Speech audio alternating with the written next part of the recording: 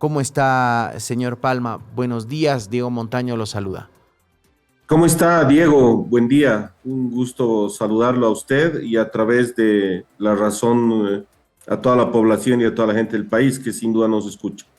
A usted las gracias por atender este requerimiento. La pregunta, señor Palma, en marzo del 2019 lamentábamos las viviendas que se venían abajo, toda una avenida, y a partir de allí queda este último puente como un parqueo.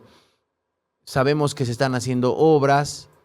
¿Cuándo se va a entregar esta obra y podremos finalmente volver a utilizar el último puente y se volverán a conectar San Jorge con Llojeta? Diego, si no estabilizábamos el sector de Cantutani, con el tiempo todo ese sector, toda esa área probablemente hubiera desaparecido. Estamos hablando de barrios completos y la pérdida probablemente de cientos de viviendas que hubieran afectado al mismo número de familias o más. Lo que ocurre en abril del 2019 no solamente afecta a un barrio, afectan 8 hectáreas, son 8 hectáreas las que se desploman, se llevan casas, parte de la avenida, como usted mismo lo dice, incomunica, pero además de ello, muchísimas familias paseñas afectadas, más de 600 en su momento. Cuando asumimos la gestión, cuando el alcalde Iván Arias asume la gestión, uno de los primeros lugares que se empiezan a monitorear, a estudiar a través de los equipos de profesionales, es justamente ese sector que está entre Inmaculada Concepción y 14 de septiembre, a la salida de los puentes trillizos hacia el sector de la Francisco Bedregal. Eso nos permite determinar que 35 metros bajo el suelo había movimiento de tierras, se estaba moviendo aún el sector. Un sector que no solamente estaba conformado por tierra, sino era principalmente basura.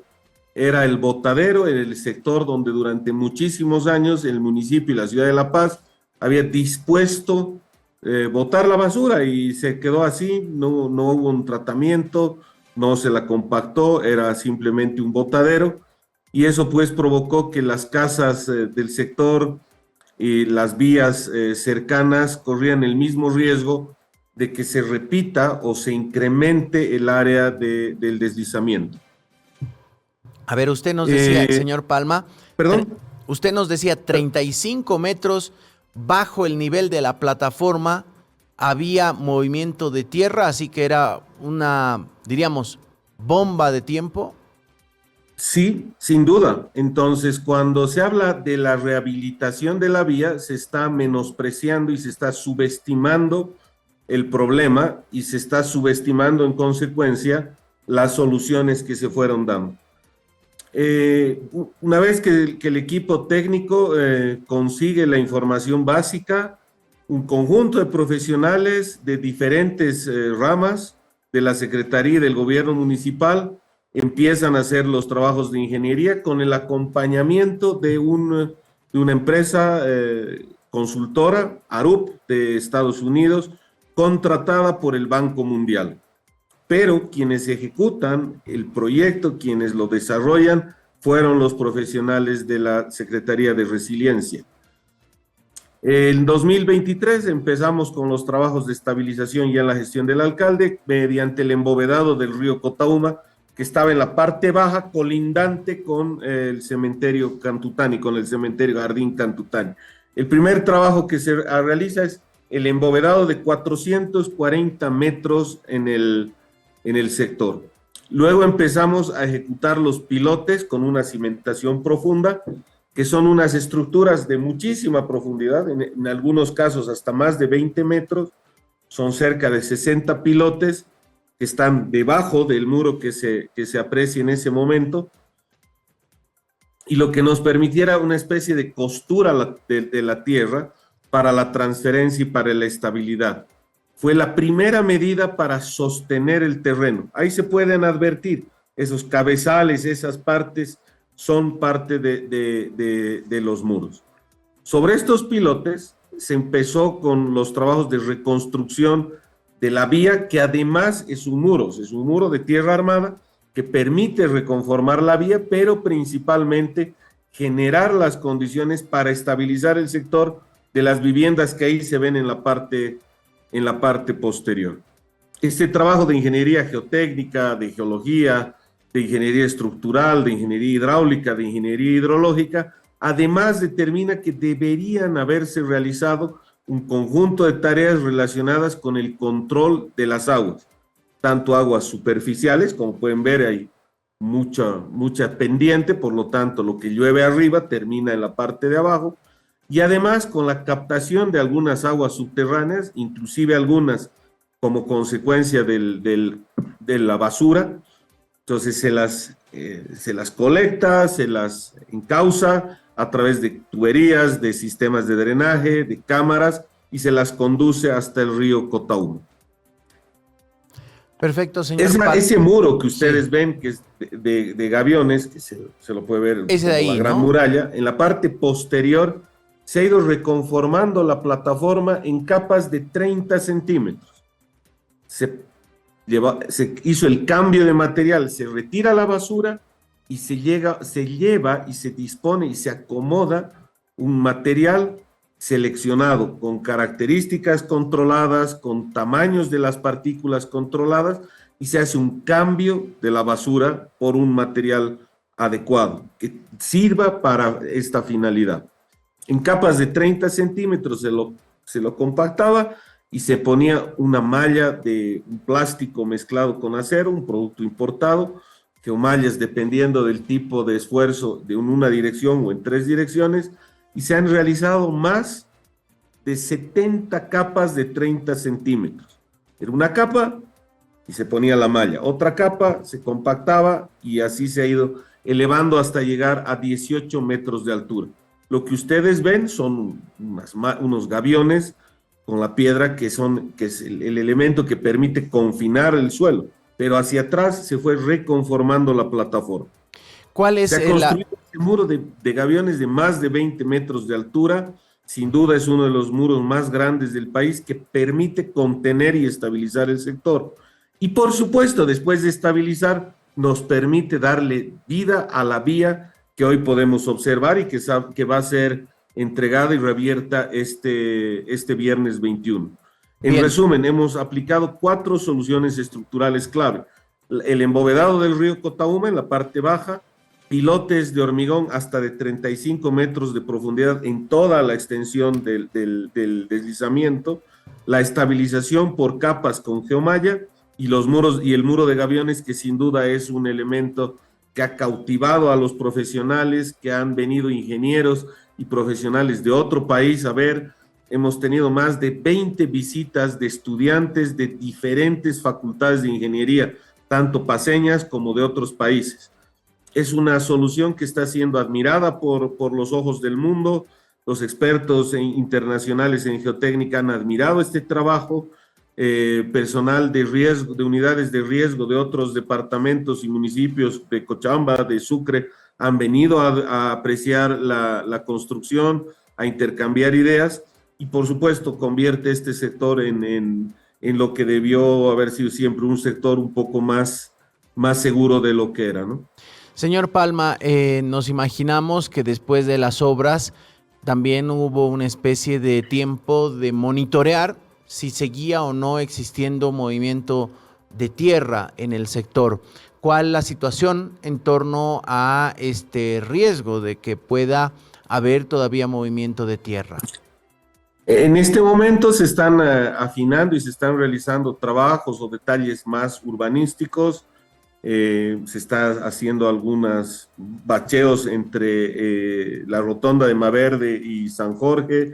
Se está afinando la señalización horizontal vertical, se ha repuesto completamente el sistema de iluminación. Esta semana se están poniendo en algunos sectores que el grado de compactación del suelo lo permite, árboles para que sea un sector más seguro. Por supuesto, tenemos puntos de monitoreo, se los ha instalado antes de hacer la ingeniería, al momento de la construcción, y ahora también estos puntos de monitoreo instrumentado nos permiten controlar.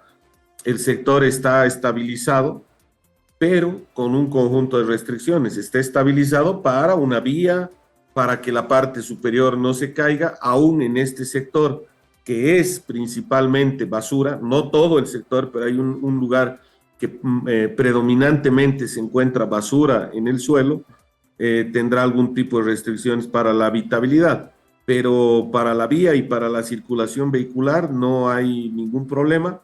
El trabajo seguramente de monitoreo y control se deberá extender por los próximos años, pero ya la estabilización se ha realizado, los trabajos de captación de agua se han realizado, el río Cotauma ya ha operado el periodo de lluvias anterior y ya en la próxima semana estaremos los paseños y los que nos visitan disfrutando nuevamente de los 3 puentes trillizos que nos conectarán Sopocachi con Alto Brajes o Miraflores o San Jorge, según sea el caso, o viceversa. Señor Palma, ¿a cuánto asciende la inversión en esta obra?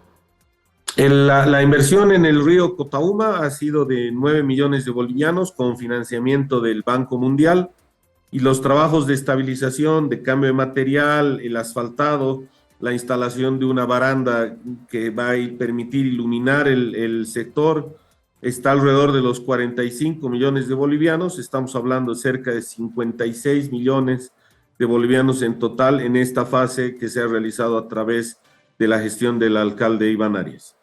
Señor Palma, tenemos entendido que usted nos decía, en este momento hay una serie de trabajos urbanísticos alrededor de la obra, es ese gran muro de contención y la estabilización del terreno y por supuesto el restablecimiento de la avenida, pero tenemos entendido que esto forma parte de un proyecto más grande que se irá avanzando y proyectando, de una recuperación realmente de ese espacio como área verde. Creo que hay una avenida también, a ver si nos puede, por favor, indicar, señor Palma. Si tratamos de ubicarnos espacialmente, en el sector de Cotauma hay el Parque de las Cebras. Desde ahí hasta la avenida Francisco Bedregal son como cerca de 800 metros, donde ya se está haciendo la construcción, por supuesto en una primera etapa de la avenida Juana Zurduy de Padilla, y desde la Francisco Bedregal, muy cerca a la rotonda de Llojeta, se está habilitando igual en una primera instancia una vía que conectará este tramo con la última curva de Cantutani. Eso está pegado al cerro, muy próximo al embovedado del río Cotauma. La intención que tenemos es recuperar estas 8 hectáreas con el Parque 3600, que tiene un proyecto prácticamente a diseño final, que plantea un conjunto de soluciones basadas en la naturaleza, un conjunto de elementos de muy baja carga, porque insistimos, ese sector no es apto para la habitabilidad, por lo tanto menos para vivienda, y seguramente en los próximos meses, ya con el nuevo gobierno, nos va a permitir consolidar las gestiones de un crédito que se vieron truncados con el gobierno nacional anterior a través del BID y del Banco Mundial, donde una de las prioridades es precisamente la implementación del Parque 3600. Entre tanto, sin duda, se irán resolviendo algunos temas de derecho propietario, si es que existieran, y se harán las compensaciones en el marco de la ley a quienes puedan demostrar la legitimidad en cuanto al derecho propietario.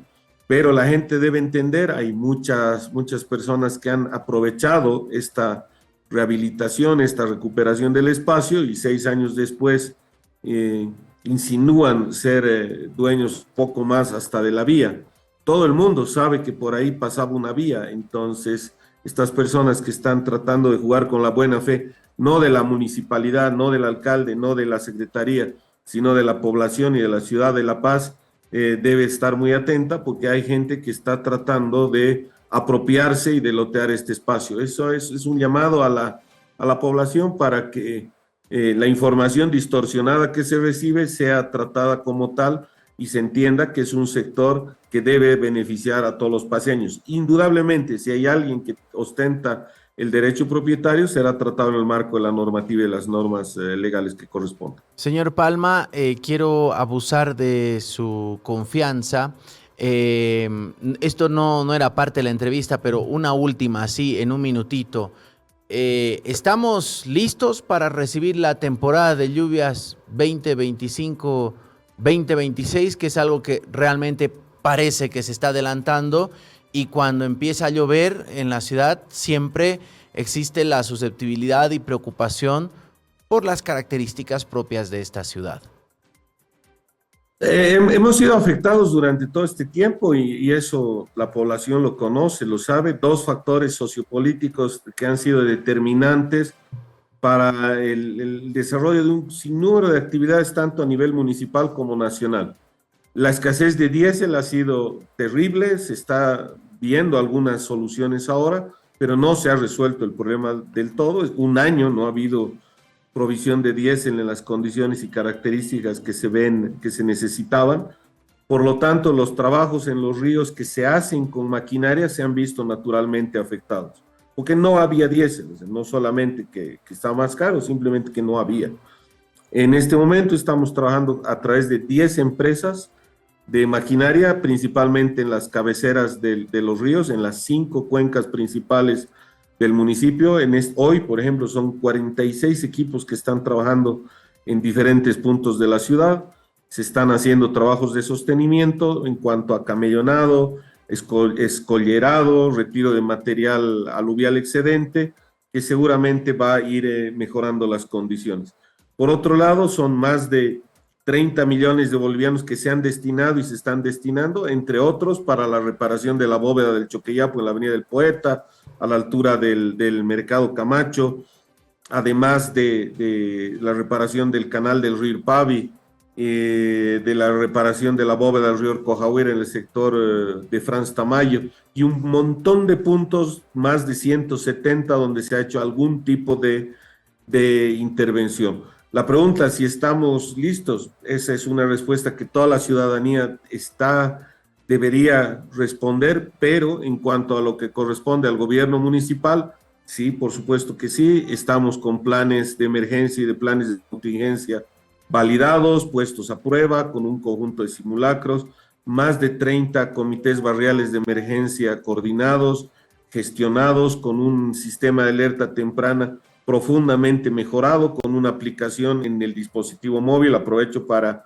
si no lo ha hecho, hágalo, descárguese la aplicación Alerta La Paz, por ahí usted va a recibir en tiempo real toda la información referida a probabilidades de lluvia, a crecida de río, a cierre de vías en caso que corresponda. Es una aplicación totalmente gratuita que está disponible tanto en la tienda para iOS como para Android.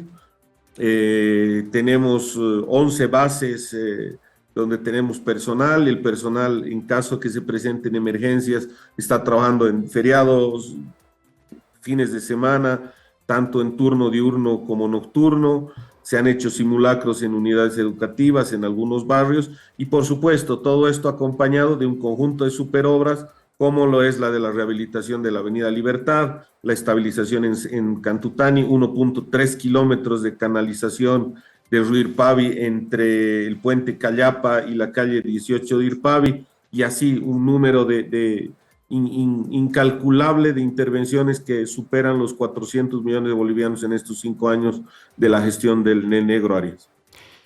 Señor Palma, queremos agradecerle mucho por este tiempo, por la explicación en detalle de tanto la obra, la Avenida Libertad, como estos otros trabajos que tienen que ver con la ciudad y la vulnerabilidad de la ciudad cuando es época de lluvias, ¿no? Propio de su geografía y del crecimiento desmedido.